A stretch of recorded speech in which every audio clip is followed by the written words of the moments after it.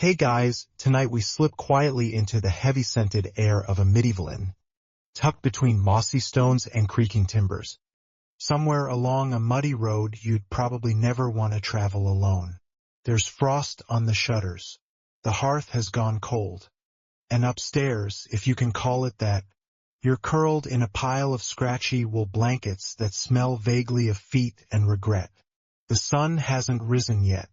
But unfortunately, your day has. Because you're the innkeeper.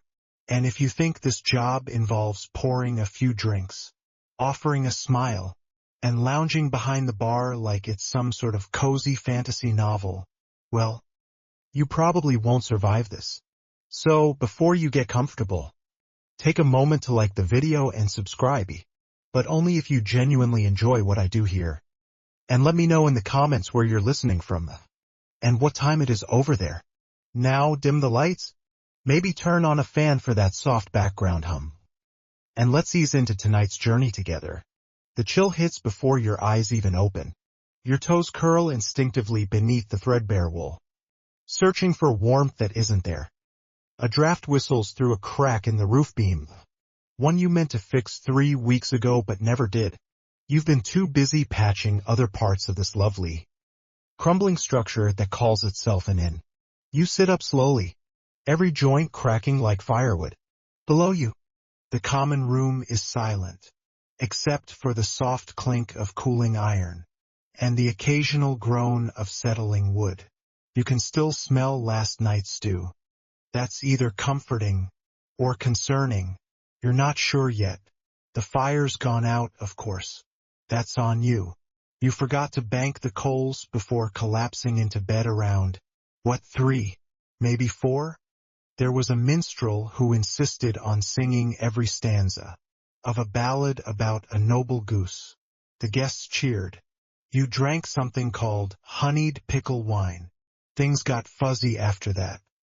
You shuffle downstairs, candle in hand, careful to avoid the warped third step. It creaks like it's announcing your shame to the ghosts of every tired innkeeper before you. Down in the common room, everything is still. Chairs knocked over, tankards crusted with foam, one boot in the fireplace. Just one. You don't ask questions anymore. Your breath fogs in the sparks catch. Slowly, warmth creeps back into the bones of tea. You warm your hands first, of course. That's sacred.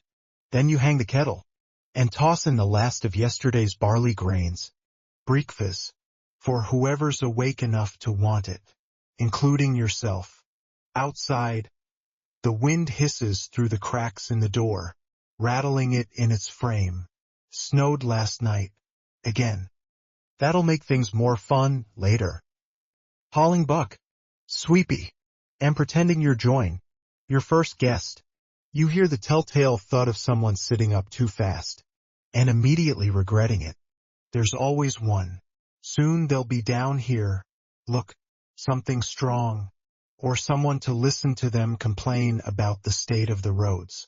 Maybe all 3. UGLA. 3 unpaid tabs. 2 bottles missing from the back shelf. 1 slightly blood-stained scarf draped across a chair. None of this surprises you. What does surprise? Folded, tucked under a mug. Sealed with was that wax from AC. In a world without text messages, this is as dramatic as it gets. You open it. For words. Watch the bard closely. You blink. Reread it. Watch the bard? Which one? There were 3 last night. And oh. You sigh. Toss the note into the fire. Whatever happens today, it's already started weird. And you haven't even touched the chamber pots yet. The clatter of wooden steps signals the first soul brave or hungover enough to descend from the sleeping loft. You don't turn around right away. You're stirring the barley in the kettle with the end of a spoon you've chewed halfway to splinters. It's quiet. Then, a voice. Did someone fight the fireplace and lose? To Cedric. You can tell by the way he laughs at his own joke, and by the fact that he still owes you 6 nights' worth of bread and beer. He slumps into the nearest chair, which creaks like it might revolt. and drops his head to the table with a dramatic thunk.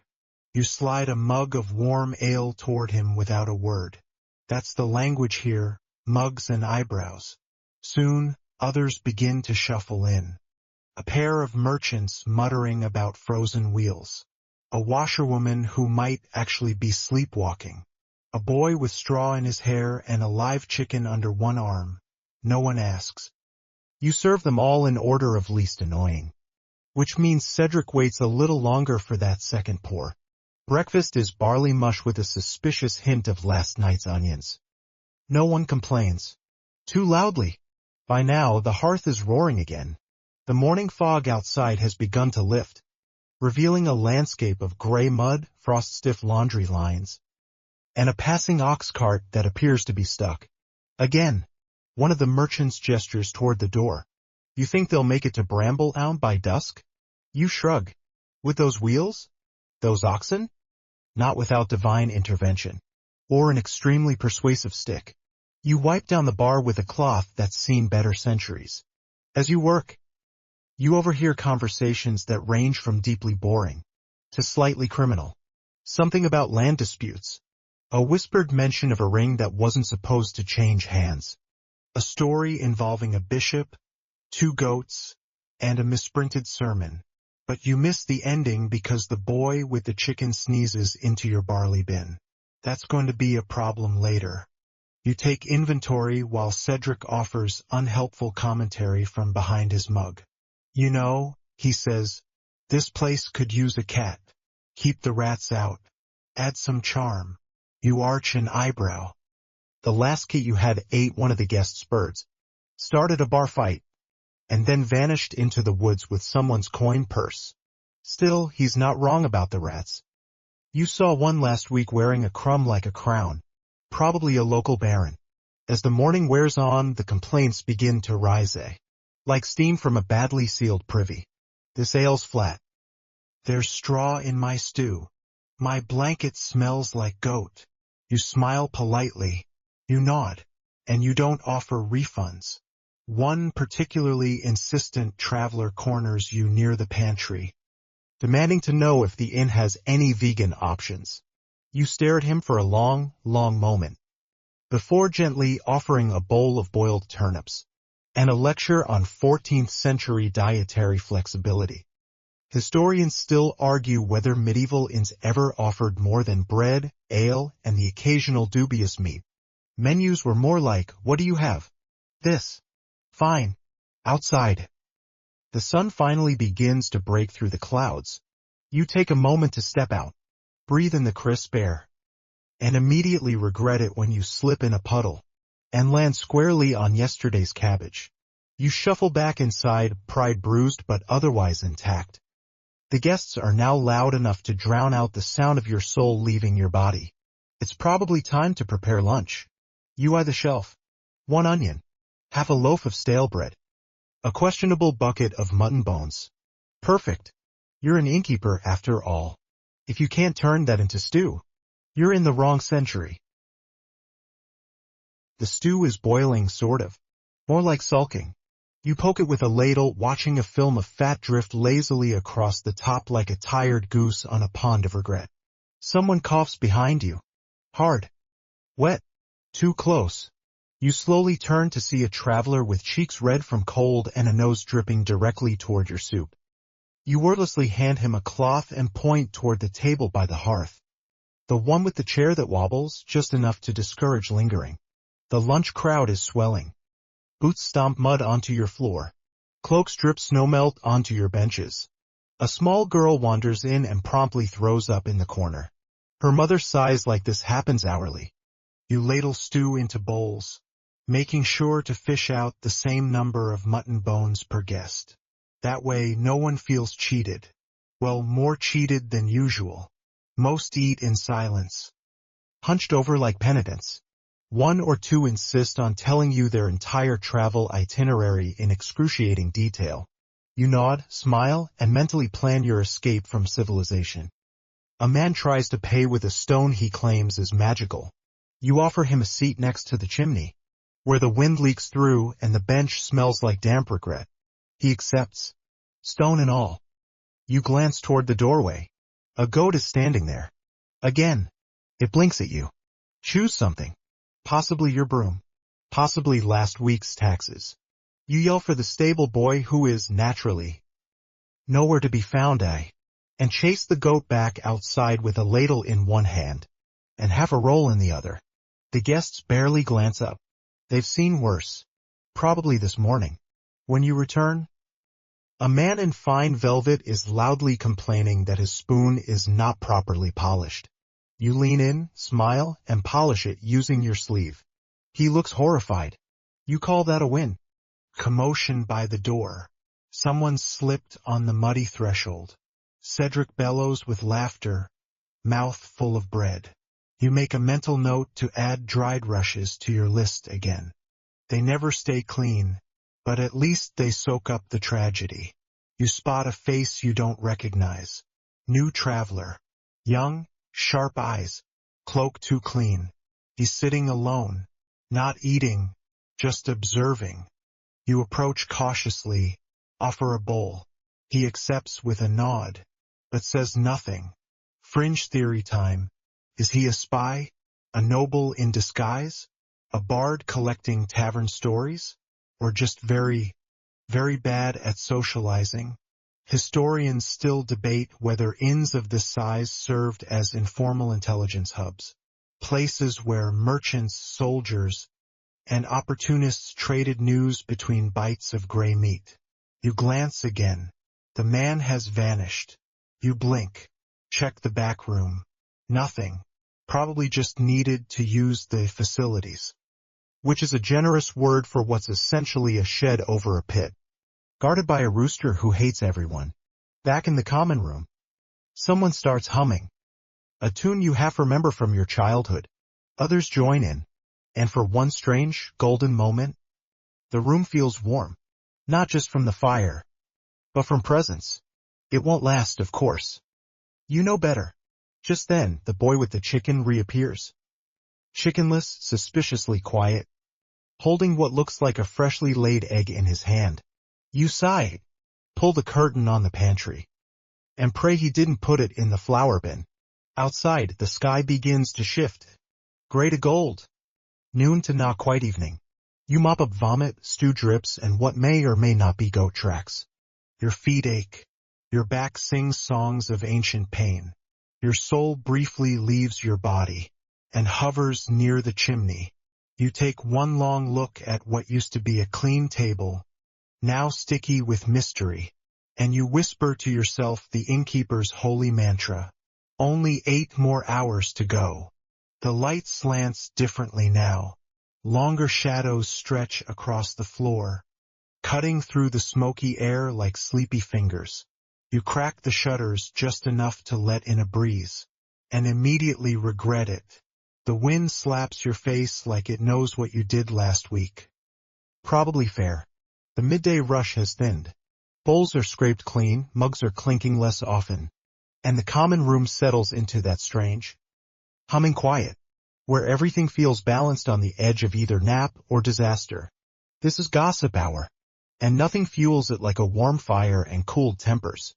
Cedric's back at his usual table, bragging about how he once arm-wrestled a knight, but quietly revises the story each time someone raises an eyebrow. A traveling seamstress shares tales of a baroness who's rumored to wear men's boots, and has a fondness for brawling in disguise. A grain merchant swears he saw a witch in the woods last week, or possibly a bear. The details are fuzzy, and over in the corner, 2 old friends are locked in an extremely tense argument about whether or not a coin flip counts. If the coin lands in soup, you wander between tables, topping off mugs, pretending not to eavesdrop. You're very bad at pretending. A creak at the far end of the room draws your attention. It's the bard, the same one who sang about the noble goose last night. He's tuning a lute that looks like it survived 3 wars and an exorcism. You brace yourself. Good people, he announces, his voice rich with misplaced confidence. Would you like to hear a tale of woe and romance? As told by yours truly, who once kissed a duchess. On purpose. Someone throws a crust of bread. He catches it midair, bows, and takes it as applause. And then, the chair breaks. Not the bard's. The one beneath the coin-in-soup debaters. There's a moment of stunned silence, then an eruption of blame, groaning, and accusations of foul play. One man demands trial by arm wrestle. The other insists on a rematch from last week, which you now recall ended in 3 cracked mugs and a scorched curtain. You sigh. Fetch the repair kit. Again. Your hammering is interrupted by the sound of hooves outside. Fast. Urgent. You open the door to find a messenger soaked in rain, clutching a scroll like it might explode. He's looking for someone. You've never heard the name. No one here claims to be them. But as the messenger leaves, you notice the quiet traveler, the one with the clean cloak, is suddenly suspiciously absent again. You make a mental note to check the pantry, and possibly the roof. Inside, things have calmed. The chair is fixed, sort of. One leg's shorter now, so it tilts just enough to start fights again in future. That's what you call job security. Someone spills ale. Again. You toss a rag at the offender. They toss a coin back. It bounces once, rolls beneath the bard's foot. He pauses mid-stanza, pocketing it mid-rhyme. Business as usual. Historians still argue whether medieval inns acted as unofficial courts, places where disputes were settled with mugs, fists, and passive-aggressive singing. You notice the inn's cat, which you don't own, lounging smugly on the bar. It's eaten something. Possibly a mouse. Possibly a guest's dinner. The light continues to fade. The candles are lit one by one, casting shadows that dance on the soot-blackened walls. You take a moment, just one. You lean on the bar. You watch the fire. It's beautiful in its way. Not peaceful, never that, but alive, buzzing, gloriously chaotic. And then, someone mistakes the pantry door for the privy. Again, you spring into action, shouting, waving, redirecting with a half-eaten loaf like a traffic officer with snacks. Crisis barely averted. You flop into the nearest chair, ignoring the slight wet spot, and you whisper to no one in particular. This is still better than farming. Evening creeps in like a thief with cold fingers. The inn darkens, not all at once, but in gentle layers. First the corners, then the rafters, and finally the places behind your eyes, where the weight of the day begins to settle. You light more candles. Each one hisses as the wick catches, spilling gold across wood rubbed soft by generations of elbows, mugs, and mildly questionable decisions. The dinner hour looms, which means 2 things. Guests will arrive hungry, and someone will ask for something new on the menu. You take inventory again. What's left of the stew now resembles brown glue. You find a turnip with a suspicious dent, some cheese that bites back, and half a smoked fish wrapped in yesterday's paper. Perfect. You'll call it hunter's pie, and no one will question it. You toss everything into a pot, hum to yourself, and try not to think about the smell. Then comes the knock. Not a gentle one. 3 sharp raps. Urgent, damp, impatient. You wipe your hands, open the door, and find a bard. No, not the one from earlier. This one is taller, wetter, and carrying an instrument that looks like it lost a duel with a goat. I was told this inn had a stage, he says. You glance behind him. There's no one else. You glance inside. No stage. You smile thinly. You were misinformed. He shrugs, enters anyway, and immediately begins complaining about the lighting. You hand him a candle and point toward the corner furthest from the stew pot. He pouts. The other bard looks threatened. Drama is brewing. And not the fun, pass the popcorn kind. More like, someone's gonna cry while playing a flute kind. Meanwhile, upstairs, someone screams. You drop the ladle. It lands in the stew. You'll never get that out of your shoes.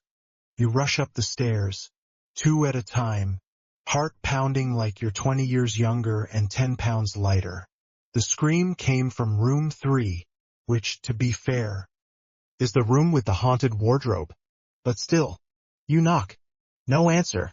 You enter cautiously, finding a very embarrassed merchant and a very dead rat. The situation resolves quickly, with apologies and some furniture rearrangement. Back downstairs, the stew is now boiling enthusiastically. Too enthusiastically. You move the pot off the fire and try to ignore the smell of burned fish and ghost turnip. Dinner is served. Eventually, plates clink, mugs clatter. Someone starts reciting epic poetry between mouthfuls of gluey broth. It's not good poetry. You assume that's part of the charm. Then the bard situation escalates. The first one begins singing a tragic ballad about a knight who loved a goose. The second interrupts with a bawdy limerick about a milkmaid and a chimney sweep. Guests cheer, then boo, then cheer again. You pull up a chair, because honestly, this is better than the Mummers Troupe last month. At least no one's wearing a horse costume. The performance devolves quickly. One bard accuses the other of stealing his muse. The other responds by dramatically snapping a lute string and declaring war. You separate them with a broom.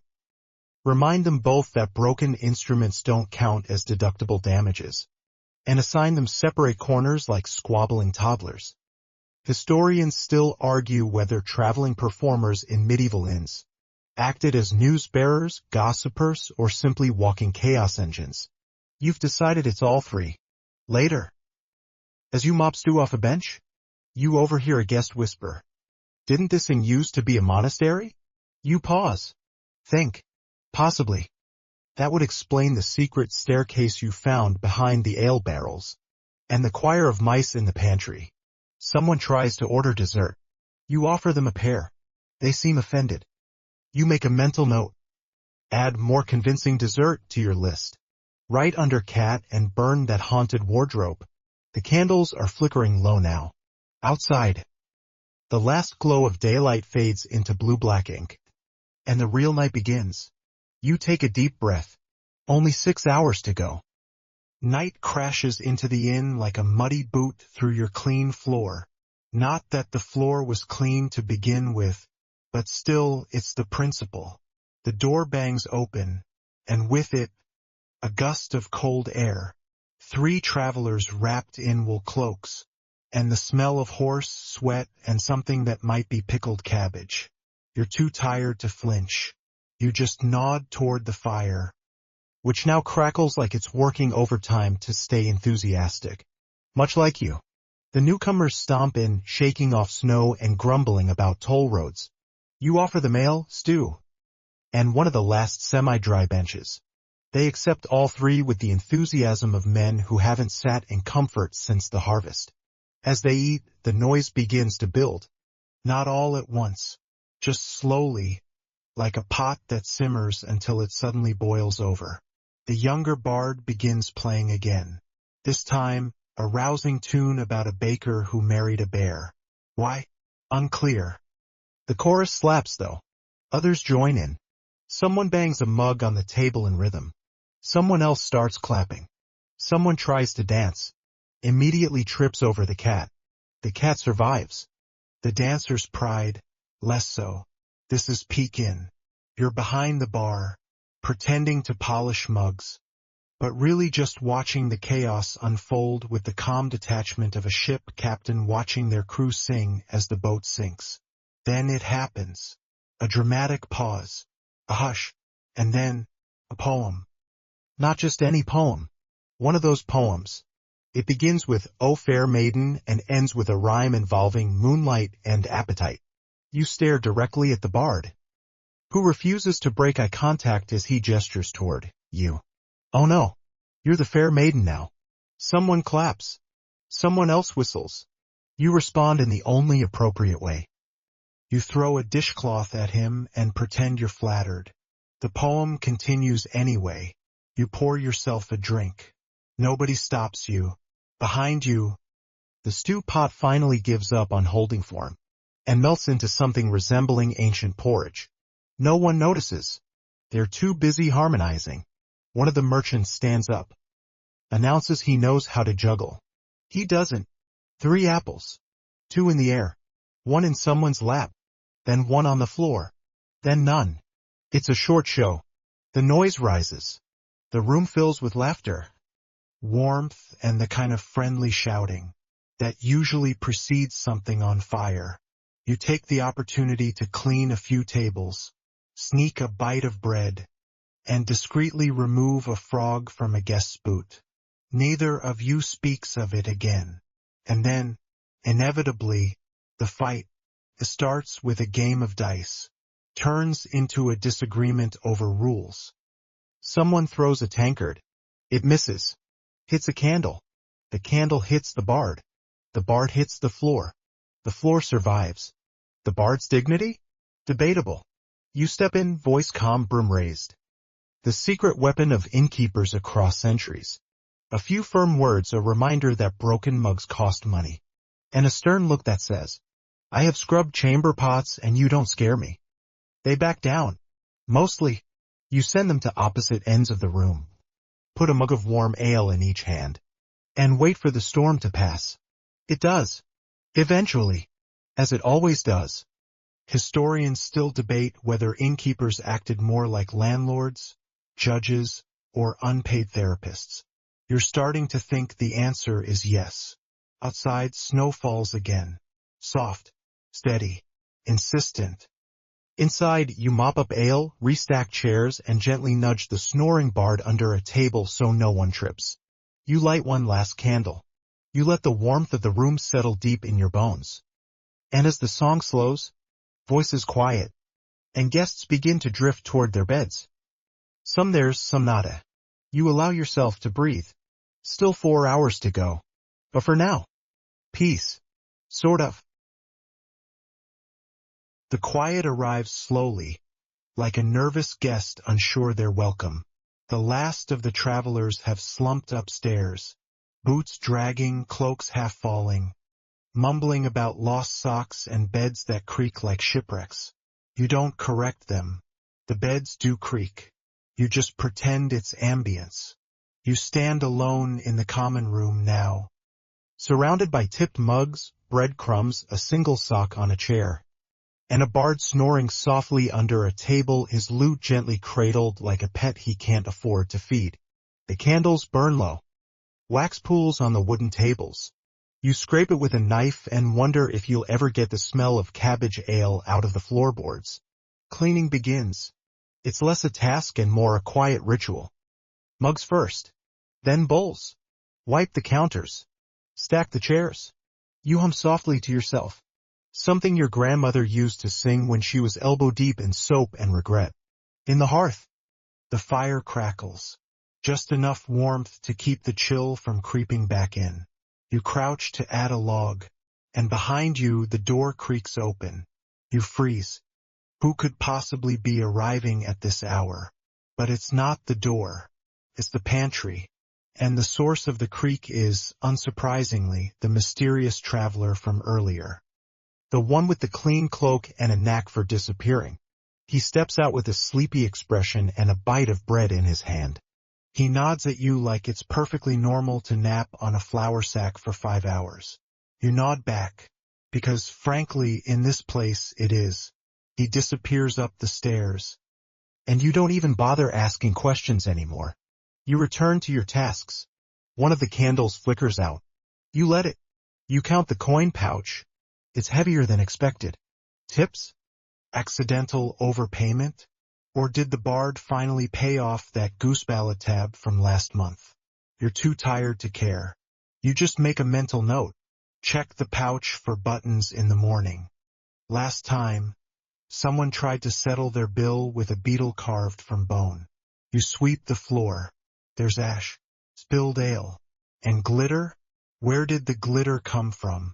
You stare at it, baffled. There was no wedding, no festival, unless someone snuck in a fairy without telling you. You sigh. Sweep anyway. The glitter wins. You peek outside.